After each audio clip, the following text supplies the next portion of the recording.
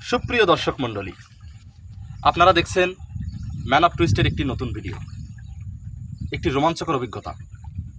আমি কিশোর ফৌজদার আছি আপনাদের সাথে। ক্যামেরার পেছনে রয়েছেন বিশ্বজিৎ মণ্ডল। আমাদের সাথে রয়েছে আমাদেরই নৌকার নাবিক রমেন কাকা। আমরা এখন বাংলাদেশের শেষ সীমানায়, একদম বঙ্গোপসাগরের কোল ঘেঁষে গড়ে ওঠা বিশ্বের সবচেয়ে বড় বন ম্যানগ্রোভ ফরেস্ট সুন্দরবনের কোল ঘেঁষে চলেছে। এটি প্রায় 10,000 বর্গ কিলোমিটার এরিয়া জুড়ে বিস্তৃত রয়েছে এবং অখণ্ড, যার 60% স্বত্বাধিকারী বাংলাদেশের হাতে রয়েছে, বাকি 40% ইন্ডিয়া।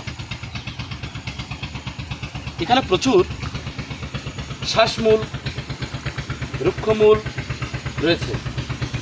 বৃক্ষরাজ হিসেবে রয়েছে কেওয়া, কেওড়া, সেগুন, সুন্দরী, আরও অনেক প্রজাতির গাছ, যা পৃথিবীর অন্য কোথাও দেখতে পাওয়া বিরল।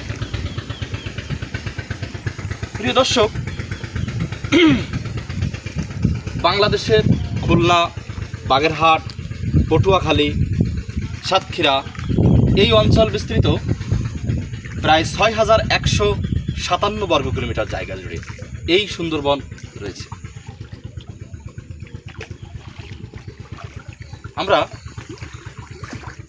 একটি ছোট্ট ডিঙি নৌকা যোগে নদীর কোল ঘেঁষে এগিয়ে চলেছি, যেটা ভাষায় প্রকাশ করার মতো না, এতটা রোমাঞ্চকর অভিজ্ঞতা অনুভব করতেছি আমরা। যদি একটু জঙ্গলের ভিতরে উঠতে পারতাম, তাহলে আপনাদের সঙ্গে শেয়ার করতে পারতাম কতটা সুন্দর আর সাথে রোমাঞ্চকর একটা অভিজ্ঞতা হতো। এ পিওর ট্রু অ্যাডভেঞ্চার, সাথে ভয়ও লাগছে কম বেশি।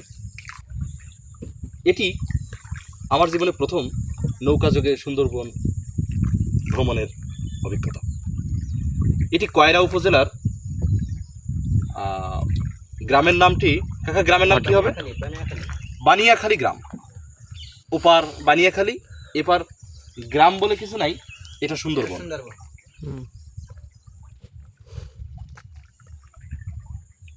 বন্ধু, একটু জুম করে ভিতরের একটু টেনে নিয়ে আসো। আচ্ছা, ঠিক আছে। আমরা এইমাত্র জানতে পারলাম এর একটু সামনেই একটি খাল আছে, ছোট নালা, যার ভিতর দিয়ে পানি জঙ্গলের ভিতরে উঠে গেছে। একটা মজার ব্যাপার হলো, সুন্দরবনের সমস্ত ভূমি জুড়ে অসংখ্য নদী, শাখা উপশাখা ছোট ছোট হয়ে বিস্তৃত। বাংলাদেশ নদীমাতৃক দেশ, আর সুন্দরবন বাংলাদেশের অহংকার, গর্ব।